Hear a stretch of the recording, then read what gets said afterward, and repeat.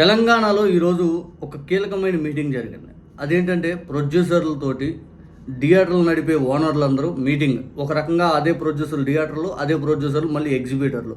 టోటల్గా థియేటర్ వ్యవస్థ అనేది కొలాప్స్ కాకుండా ఎలా కాపాడుకుంటూ రావాలి అని చెప్పి పర్టికులర్గా ఈరోజు మీటింగ్ వాళ్ళు చాలా బలంగా వాదన అయితే వినిపించింది. దాని సారాంశం వింటే అంతిమంగా జగన్ గారు గతంలో చెప్పిందే కదా. జగన్ గారు చెప్పినప్పుడేమో ఓహో ఒక్కొక్కరు ఏదో అయిపోయింది అని ఒక్కొక్కరు నోటికి ఏదో వస్తే అది మాట్లాడారు. ఇంకొందరు అయితే పెద్ద పెద్ద డైలాగులు చెబుతూ మా సినిమా మేము పడ్డారేంటి సన్నాసుల్లారా ఐదని విర్రవీగే డైలాగులు చెబుతూ మీరీ రెడ్డి తేల్చుకోండి అని చెప్పి ఆయన మీద ఏదో కక్ష సాధింపులాగా బిల్డప్ ఇచ్చి టోటల్గా థియేటర్ వ్యవస్థ అంతా కొలాప్స్ అయిపోయింది మహాప్రభు అని ఈరోజు వాళ్ళు బాధపడిపోతూ ఉన్నారు. ఈరోజు వాళ్ళు మీటింగ్ సారాంశం ఏంటంటే ప్రతి ఒక్కరు బాధ వర్ణాతీతం. అసలు మాకు ఆదాయం లేదు, సినిమా ఫ్లాప్ అయితే మేమే నష్టాలు భరించాలి, పోనీ హిట్ అయిన సినిమాకి డబ్బులు వస్తాయంటే అది కూడా రావట్లేదు. వీళ్ళేమో ఇష్టానుసార రీతిలో టికెట్ ప్రైజెస్ విపరీతంగా పెంచుకుంటుంటే థియేటర్లకు జనాలే రావట్లేదు. బెనిఫిట్ షోల పేరిట విచ్చలవిడిగా తాండవం చేస్తా థియేటర్ వ్యవస్థను కొలాబ్ చేసి పడేశారు. ఇది ఓటీటీ యుగం, అందరూ ఓటీటీ వైపు పరిగెడుతుంటే థియేటర్లను ఎంత బతికించాలని ఏ ఒక్కడికి కూడా ఆలోచన లేదు అని చెప్పి వాళ్ళందరూ బాధపడిపోతూ ఉన్నారు. ఇదే జగన్మోహన్ రెడ్డి గారు థియేటర్లు బతకాలి అని చెప్పి కరోనా టైంలో థియేటర్లు కరెంటు బిల్లు అన్నీ అసలు మాఫీ చేసేసారు. థియేటర్లు కరెంటు బిల్లు కట్టాల్సిన పని లేదు, థియేటర్ వ్యవస్థ బతకాలి అని చెప్పి జగన్మోహన్ రెడ్డి గారు అయితే మాఫీ చేశారు. నాడు చిరంజీవి గారు తర్వాత పెద్ద పెద్ద అగ్రమ నిర్మాతలు సినిమా ఇండస్ట్రీ వాళ్ళందరూ జగన్ గారికి థ్యాంక్స్ చెప్పారు. ఆ తర్వాత ఓటీటీ యుగం నడుస్తున్న వేళ ఇదే ఎగ్జిబిటర్లు డిస్ట్రిబ్యూటర్లు వీళ్ళందరూ బతకాలి అని చెప్పి ఆలోచనతో టికెట్ ప్రైజెస్ అనేది తగ్గించి జనాలకు అందుబాటులో ఉంచితే జనాలు అనేది థియేటర్కి వస్తూ ఉంటారు. ఇది ఓటీటీ యుగం, థియేటర్లో కూడా వాళ్ళు ఎంజాయ్ చేస్తారు సినిమాని. ఆటోమేటిక్గా ఎగ్జిబిటర్లు బతుకుతారు, డిస్ట్రిబ్యూటర్లు బతుకుతారు. ఈ సింగిల్ స్క్రీన్స్ ఏవైతే ఉన్నాయో పూర్తిగా గతంలో మాదిరిగా బాగా పనిచేస్తాయి అని చెప్పి జగన్ గారు ఆలోచిస్తే దాని మీద వితండవాదం చేసేసి అడావుడి చేసేసి సినిమా ఇండస్ట్రీ అన్నారు, అదన్నారు, ఇదన్నారు. ఇంకా పవన్ కళ్యాణ్ గారు అయితే అదొక సింపతి క్రియేట్ చేసుకుని ఎమోషన్ డైలాగులు పేల్చేసి మరి ఈరోజు ఆయన 800, 1000 రూపాయలు బెనిఫిట్ షోల పేరిట ఇష్టానుసార రీతిలో రైతులకు న్యాయం చేస్తా అని చెప్పి టికెట్ ప్రైజెస్ పెంచుకొని ఏమన్నా సినిమాలు ఏమన్నా 100 కోట్లు దాటి ఆయన పగలదీసే సినిమాలు ఏమీ లేవు. ఆయన అధికారంలోకి వచ్చాక 3 సినిమాలు రిలీజ్ అయినాయి సంవత్సరంలోపే. ఈ 3 సినిమాలు రిలీజ్ అయితే ఎక్కడైనా కానీ ఈ సినిమా తాలూకా 100 కోట్లు దాటినటువంటి ఏదైనా సినిమా ఉందా? ఏదీ లేదు. మరి 800, 1000, 600 బెనిఫిట్ షోలు ఇష్టానుసార రీతిలో పెంచాడు కదా. ఏం తేడా అంటే ఏమీ లేదు, జనాలు థియేటర్లు రావడం తగ్గించేశారు. సినిమా ఇండస్ట్రీ మీద కోపం వచ్చేసింది జనాలకి. ఆడికి పోతే మన జేబులో డబ్బులు ఉండవు, అంతిమంగా సినిమా పోయే కానీ టీవీలో వచ్చినప్పుడు చూద్దాంలే, లేకపోతే ఓటీటీలో ఎట్లా ఒక 50 రోజులకు వచ్చినప్పుడు చూస్తుందిలే అని చెప్పి ఆలోచనతో ఉన్నారు. జగన్ గారు పాపంలే వాళ్ళు కూడా బతకాలా, సినిమా ఇండస్ట్రీ బాగుండాలా అని చెప్పి వాళ్ళ మంచి కోసం చూస్తే తిరిగి వాళ్ళ నానా మాట్లాడినారు. ఈరోజు మొయ్యో కుర్రో అని చెప్పి ఏడుస్తా కూర్చున్నారు. ఇది వాళ్ళు ఏదో దెప్పు పొడిచే మాట కంటే కూడా ఆ రోజు ఆయన విమర్శించిన దాని మీద కోపంతో అంటున్నా. ఎందుకంటే ఒక్కరైనా కానీ ఆలోచించారా?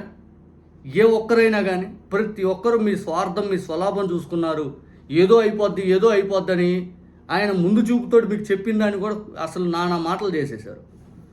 ఇదే ఈరోజు ఏదైతే అగ్ర నిర్మాతలుగా ఉన్నటువంటి అగ్ర సంస్థలు ఏవైతే ఉన్నాయో వాళ్ళ సంస్థలకు సంబంధించి మీటింగ్ ఎగ్జిబిటర్లు అందరూ పెట్టినప్పుడు థియేటర్లోనే మాకు పర్సంటేజ్ కావాలి, మాకు గతంలో మాదిరి రెంట్ బేస్డ్ మీద అవన్నీ వద్దు, ఒక సినిమా రిలీజ్ అయితే మాకు పర్సంటేజ్ ఇవ్వండి అని చెప్పి అప్పుడు థియేటర్ వ్యవస్థ బతికిద్ది.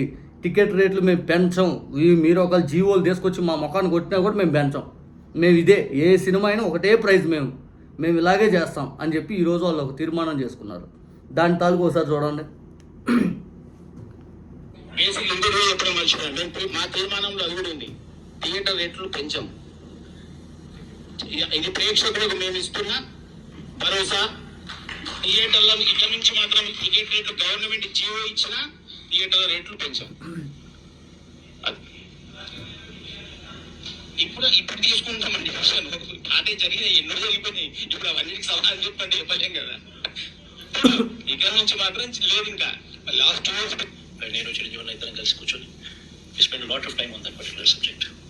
కనీస రెవెన్యూస్ కూడా రాకపోతే సినిమాని తీసే పరిస్థితి కూడా తగ్గిపోతుంది. సో అది కూడా బ్యాలెన్స్ చేసుకుని సినిమాని తీసే పరిస్థితిలో కూడా ఎంకరేజ్ చేయడం ఎలా అనే దానికి కూడా రీజనబుల్ రేట్స్ రావాలి అని చెప్పి కూడా ఆలోచన చేయడం జరిగింది.